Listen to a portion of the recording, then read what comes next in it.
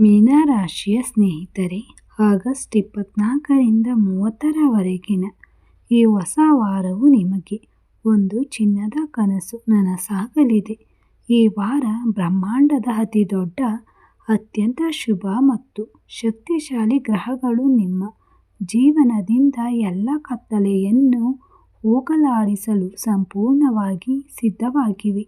ನಿಮಗೆ ಅತ್ಯಂತ ದೊಡ್ಡ ಮತ್ತು ಅತ್ಯಂತ ಅದೃಷ್ಟದ ವಿಷಯವೆಂದರೆ, ನಿಮ್ಮ ರಾಶಿಚಕ್ರದ ಅಧಿಪತಿ ನಿಜವಾದ ದೇವರು ಗುರು ನಿಮ್ಮ ತ್ರಿಕೋನ ಮನೆಯಲ್ಲಿ ಲಕ್ಷ್ಮಿಯ ತನ್ನ ಉತ್ತುಂಗ ಸ್ಥಿತಿಯಲ್ಲಿ ಕುಳಿತಿದ್ದಾನೆ ಮತ್ತು ಗ್ರಹಗಳ ರಾಜನಾದ ಸುರದೇವಿಯು ನಿಮ್ಮ ಪಕ್ಕದಲ್ಲಿ ಪೂರ್ಣ ಬಲದಿಂದ ನಿಂತಿದ್ದಾಳೆ. ರಾಶಿಚಕ್ರದ ಅಧಿಪತಿ ಸ್ವತಃ ಉತ್ತುಂಗಕ್ಕೇರಿ ಜಗತ್ತನ್ನು ಬೆಳಗಿಸಿದಾಗ ನಿಮಗೆ ಪ್ರತಿಫಲ ಸಿಗುತ್ತದೆ. ಎಲ್ಲದರ ಸೃಷ್ಟಿಕರ್ತ ಸೂರ್ಯದೇವರು ನಿಮ್ಮನ್ನು ಬೆಂಬಲಿಸಿದ್ದಾರೆ. ದೊಡ್ಡ ಸವಾಲುಗಳು ಸಹ ನಿಮ್ಮ ಮುಂದೆ ತಲೆಬಾಗುತ್ತವೆ. ಈ ವಾರ ನಿಮ್ಮ ವೃತ್ತಿ, ಸಂಪತ್ತು ಮತ್ತು ಯಶಸ್ಸಿಗೆ ಹೊಸ ಮೈಲಿಗಲ್ಲು ಎಂದು ಸಾಬೀತುಪಡಿಸುತ್ತದೆ. ಆರಂಭವು ತುಂಬ ಉತ್ತಮವಾಗಿದ್ದರೆ ಇಡೀ ವಾರ ಹೇಗಿರುತ್ತದೆ ಎಂದು ಊಹಿಸಿ.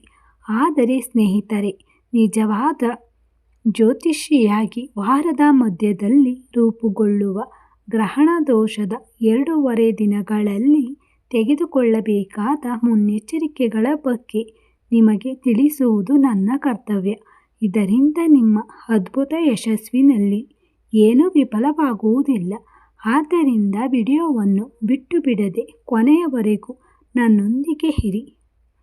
ಯಾವುದೇ ಲಯವಿಲ್ಲದೆ ನೇರವಾಗಿ ವಿಷಯಕ್ಕೆ ಬರೋಣ ಮತ್ತು ಈ ಅದೃಷ್ಟದ ವಾರವು ಮೀನರಾಶಿಯವರ ಜೀವನದ ಮೇಲೆ ಯಾವ ಪರಿಣಾಮ ಬೀರುತ್ತದೆ ಎಂಬುದನ್ನು ಕಂಡುಹಿಡಿಯೋಣ. ಜೀವನದ ಪ್ರಮುಖ ಕ್ಷೇತ್ರಗಳ ವಾಸ್ತವಗಳನ್ನು ನೋಡುತ್ತಾ ನೀವು ಪ್ರಸ್ತುತ ರಾಜಯೋಗದ ಮಳೆಯನ್ನು ಅನುಭವಿಸುತ್ತಿದ್ದೀರಿ. ಮೊದಲು ನಿಮ್ಮ ಮೊದಲನೇ ಮನೆ, ನಿಮ್ಮ ರಾಶಿಚಕ್ರ ಚಿಹ್ನೆಯ ಅಧಿಪತಿ ಗುರುವಿನ ಬಗ್ಗೆ ಮಾತನಾಡೋಣ. ನಿಮ್ಮ ರಾಶಿಚಕ್ರದ ಅಧಿಪತಿ ಪ್ರಸ್ತುತ ನಿಮ್ಮ ಶಿಕ್ಷಣ, ಮಕ್ಕಳ 5ನೇ ಮನೆ, ಬುದ್ಧಿಶಕ್ತಿ, ಪ್ರೀತಿ ಮತ್ತು ಹಠಾತ್ ಆರ್ಥಿಕ ಲಾಭಗಳು ಅದರ ಉತ್ತುಂಗ ಚಿಹ್ನೆಯಾದ ಕರ್ಕ ರಾಶಿಯಲ್ಲಿ ಅದರ ಎಲ್ಲ ವೈಭವದೊಂದಿಗೆ ಕುಳಿತಿವೆ. 5ನೇ ಮನೆಯಲ್ಲಿ ರಾಶಿಚಕ್ರದ ಅಧಿಪತಿಯ ಉತ್ತುಂಗ ಸ್ಥಾನವಾದ ಮೀನವು ನಿಮಗೆ ಬಹಳ ಅಪರೂಪದ ಮತ್ತು ಶಕ್ತಿಯುತವಾದ ರಾಜಯೋಗದೊಂದಿಗೆ. ಇದು ನಿಮ್ಮ ಬುದ್ಧಿಶಕ್ತಿಯನ್ನು ತೀಕ್ಷ್ಣಗೊಳಿಸುತ್ತದೆ. ನೀವು ಸ್ಪರ್ಶಿಸುವ ಮಣ್ಣು ಸಹ ಚಿನ್ನವಾಗುತ್ತದೆ. ಈ ಸಮಯವು ವಿದ್ಯಾರ್ಥಿಗಳಿಗೆ ಆಶೀರ್ವಾದಕ್ಕಿಂತ ಕಡಿಮೆಯಿಲ್ಲ. ಅಧ್ಯಯನದ ಮೇಲೆ ಅಪಾರ ಗಮನವಿರುತ್ತದೆ. ಏಕಾಗ್ರತೆ ಹೆಚ್ಚಾಗುತ್ತದೆ. ವಿದ್ಯಾರ್ಥಿಗಳು ತಮ್ಮ ಬೌದ್ಧಿಕ ಸಾಮರ್ಥ್ಯ ಮತ್ತು ಜ್ಞಾನದಲ್ಲಿ ಗಮನಾರ್ಹ ಹೆಚ್ಚಳವನ್ನು ನೋಡುತ್ತಾರೆ. ನಿಮ್ಮ ಮಕ್ಕಳಿಂದಲೂ ನಿಮಗೆ ಕೆಲವು ಒಳ್ಳೆಯ ಸುದ್ದಿಗಳು ಸಿಗುತ್ತವೆ. ನಿಮ್ಮ ಸಂತೋಷ ಹೆಚ್ಚಾಗುತ್ತದೆ ಮತ್ತು ಅವರು ನಿಮ್ಮ ಆದೇಶಗಳನ್ನು ಪಾಲಿಸುತ್ತಾರೆ. ಗುರುದೇವರ ಹಸ್ತಕ್ಷೇಪದಿಂದ ಪ್ರೇಮಿಗಳು ಸಹ ಅದೃಷ್ಟದ ಬೆಂಬಲವನ್ನು ಪಡೆಯುತ್ತಿದ್ದಾರೆ. ಸಕಾರಾತ್ಮಕತೆ ಇಲ್ಲಿಗೆ ಮುಗಿಯುವುದಿಲ್ಲ. ನಿಮ್ಮ 6ನೇ ಮನೆ, ಶತ್ರು ಮನೆ, ಭವ್ಯ ಸೂರ್ಯ ದೇವರು ತನ್ನದೇ ಆದ ಸಿಂಹ ರಾಶಿಯಲ್ಲಿ ಕುಳಿತಿದ್ದಾನೆ ಮತ್ತು ಅವನೊಂದಿಗೆ ವ್ಯವಹಾರದ ಅಂಶವಾದ ಬುಧ ಇದ್ದಾನೆ. 6ನೇ ಮನೆಯಲ್ಲಿ ತನ್ನದೇ ಆದ ಮನೆಯಲ್ಲಿ ಸೂರ್ಯ ಬುಧ ಆದಿತ್ಯ ಯೋಗದ ರಚನೆಯು ನಿಮ್ಮನ್ನು ದೊಡ್ಡ ಶತ್ರು ಕೊಲೆಗಾರನನ್ನಾಗಿ ಮಾಡುತ್ತಿದೆ. ನಿಮ್ಮ ವಿರೋಧಿಗಳು ಬಯಸಿದರೂ ಸಹ ನಿಮಗೆ ಹಾನಿ ಮಾಡಲು ಸಾಧ್ಯವಾಗುವುದಿಲ್ಲ. ಸರ್ಕಾರಿ ಕೆಲಸಗಳಿಗೆ ತಯಾರಿ ನಡೆಸುತ್ತಿರುವ ಅಥವಾ ಸಂದರ್ಶನ ಫಲಿತಾಂಶಗಳನ್ನು ಪ್ರಕಟಿಸಲಿರುವ ಸ್ನೇಹಿತರು ಈ ವಾರ ಸಂಪೂರ್ಣ ಯಶಸ್ಸನ್ನು ಕಾಣುತ್ತಾರೆ. ನಿಮ್ಮ ಬಾಕಿ ಇರುವ ಸರ್ಕಾರಿ ಕೆಲಸಗಳು ಬೇಗನೆ ಪೂರ್ಣಗೊಳ್ಳುತ್ತವೆ ಮತ್ತು ನೀವು ಹಳೆಯ ಸಾಲಗಳಿಂದ ಮುಕ್ತರಾಗುತ್ತೀರಿ. ಆದಾಗ್ಯೂ ನಿಮ್ಮ 7ನೇ ಮನೆಯಲ್ಲಿ ದುರ್ಬಲ ಶುಕ್ರ ಮತ್ತು ಶನಿಯ ಪ್ರಭಾವದ ಬಗ್ಗೆ ನೀವು ಜಾಗರೂಕರಾಗಿರಬೇಕು. ದುರ್ಬಲ ಶುಕ್ರನು ನಿಮ್ಮ ಸಂಗಾತಿಯೊಂದಿಗೆ ಕೆಲವು ಭಿನ್ನಾಭಿಪ್ರಾಯಗಳಿಗೆ ಕಾರಣವಾಗಬಹುದು. ಆದ್ದರಿಂದ ನಿಮ್ಮ ಅಹಂಕಾರವು ನಿಮ್ಮ ವೈಯಕ್ತಿಕ ಜೀವನದಲ್ಲಿ ಹಸ್ತಕ್ಷೇಪ ಮಾಡಲು ಬಿಡಬೇಡಿ ಮತ್ತು ನಿಮ್ಮ ಸಂಗಾತಿಯ ಆರೋಗ್ಯದ ಬಗ್ಗೆ ವಿಶೇಷ ಗಮನ ಕೊಡಿ. ಈಗ ಮನಸ್ಸಿನ ಅಂಶವಾಗಿರುವ ಚಂದ್ರನ ಚಲನೆಯ ಬಗ್ಗೆ ಚರ್ಚಿಸೋಣ. ಇದು ಬಹಳ ವೇಗವಾಗಿ ಬದಲಾಗುತ್ತದೆ ಮತ್ತು ಈ ಇಡೀ ವಾರದ ರೂಪುರೇಷೆಯನ್ನು ನಿರ್ಧರಿಸುತ್ತದೆ. ಆಗಸ್ಟ್ 24 ಸೋಮವಾರ ವಾರದ ಆರಂಭದಲ್ಲಿ ಚಂದ್ರನು ನಿಮ್ಮ ಕೆಲಸ ಮತ್ತು ವೃತ್ತಿಜೀವನದ ನಂತರ ಧನು ರಾಶಿಯ 8ನೇ ಮನೆಯಿಂದ ತನ್ನ ಪ್ರಯಾಣವನ್ನು ಪ್ರಾರಂಭಿಸುತ್ತಾನೆ. ಮೀನರಾಶಿಯ ಸ್ನೇಹಿತರೆ, ವಾರದ ಆರಂಭವು ತುಂಬ ಸ್ಫೋಟಕವಾಗಿರುತ್ತದೆ. 10ನೇ ಮನೆಯಲ್ಲಿರುವ ಚಂದ್ರನು ನಿಮ್ಮ ಕೆಲಸದ ಪ್ರದೇಶದಲ್ಲಿ ನಿಮಗೆ ಅಪಾರ ಗೌರವವನ್ನು ತರುತ್ತಾನೆ. ನಿಮ್ಮ ಬುದ್ಧಿವಂತಿಕೆ ಮತ್ತು ದಕ್ಷಿಣೆಯಿಂದ ನೀವು ನಿಮ್ಮ ಬಾಸ್ ಅಥವಾ ಅಧಿಕಾರಿಗಳ ಹೃದಯಗಳನ್ನು ಗೆಲ್ಲುತ್ತೀರಿ. ಗುರು ಮತ್ತು ಚಂದ್ರನ ರಾಶಿಚಕ್ರ ಬದಲಾವಣೆಯು ನಡೆಯುತ್ತಿದೆ. ಇದು ಕೇಕ್ ಮೇಲೆ ಐಸಿಂಗ್ ಆಗಿ ಕಾರ್ಯನಿರ್ವಹಿಸುತ್ತದೆ. ಸೋಮವಾರ ನಿಮ್ಮ ವೃತ್ತಿ ಜೀವನಕ್ಕೆ ತುಂಬ ಶುಭವಾಗಿರುತ್ತದೆ. ಅದು ಹಾಗೆ ಉಳಿಯುತ್ತದೆ.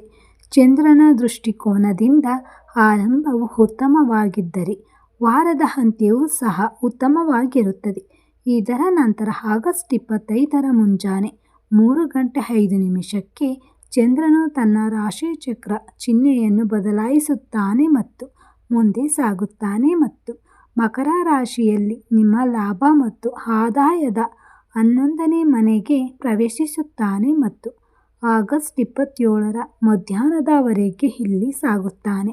ಮೀನರಾಶಿಯ ಸ್ನೇಹಿತರೆ, 11ನೇ ಮನೆಯಲ್ಲಿ ಚಂದ್ರನ ಈ ಸಂಚಾರವು ನಿಮಗೆ ಆರ್ಥಿಕ ಲಾಭದ ಎಲ್ಲ ಬಾಗಿಲುಗಳನ್ನು ತೆರೆಯುತ್ತದೆ.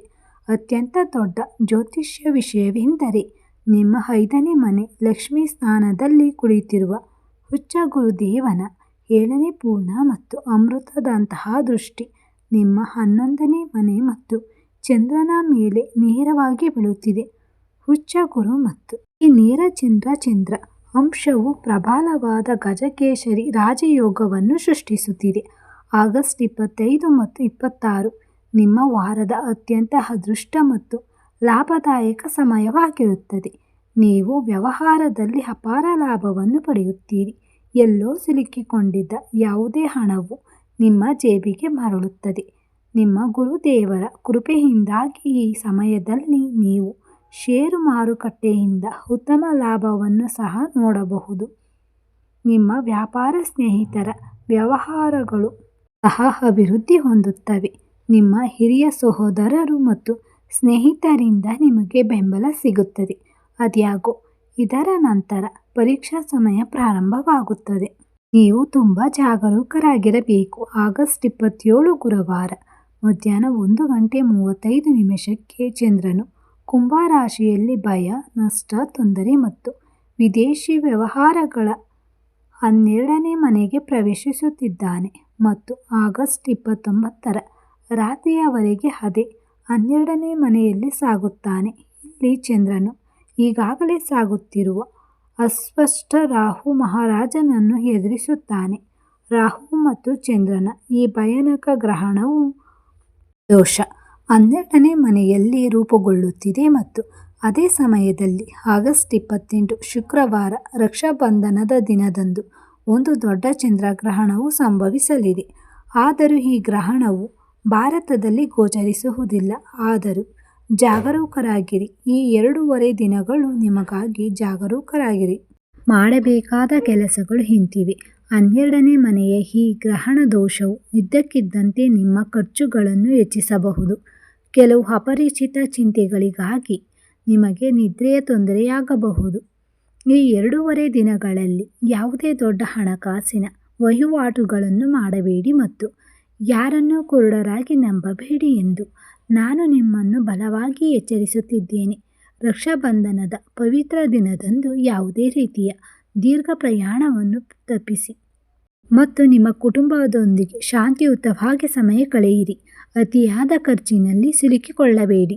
ಅಂತಿಮವಾಗಿ ಆಗಸ್ಟ್ 29ರ ಶನಿವಾರ ರಾತ್ರಿ 9:37 ಚಂದ್ರನು ನೇರವಾಗಿ ನಿಮ್ಮ ರಾಶಿಚಕ್ರ ಚಿಹ್ನೆಯಾದ ಮೀನವನ್ನು ಮೊದಲ ಮನೆಯಲ್ಲಿ ಪ್ರವೇಶಿಸುತ್ತಾನೆ ಮತ್ತು ಇಡೀ ಭಾನುವಾರ ಇದರಲ್ಲಿ ಕಳೆಯುತ್ತದೆ.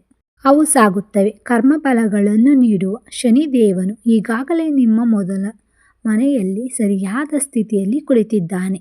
ಸಾಮಾನ್ಯವಾಗಿ ಮೊದಲ ಮನೆಯಲ್ಲಿ ಶನಿ ಮತ್ತು ಚಂದ್ರನ ಒಕ್ಕೂಟವು ಮಾನಸಿಕ ಒತ್ತಡವನ್ನು ಉಂಟು ಮಾಡುವ ವಿಷಯೋಗವನ್ನು ಸೃಷ್ಟಿಸುತ್ತದೆ.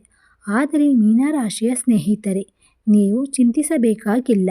ಏಕೆಂದರೆ ನಿಮ್ಮ 5ನೇ ಮನೆಯಲ್ಲಿ ಕುಳಿತಿರುವ ಶ್ರೇಷ್ಠ ದೇವರು ಗುರುವಿನ ನವಮಿ ಶುಭ ಮತ್ತು ಅಮೃತ ದೃಷ್ಟಿ ನಿಮ್ಮ ಮೊದಲ ಮನೆಯಾದ ನಿಮ್ಮ ರಾಶಿಚಕ್ರ ಚಿಹ್ನೆಯ ಮೇಲೆ ನೇರವಾಗಿ ಬೀಳುತ್ತಿದೆ.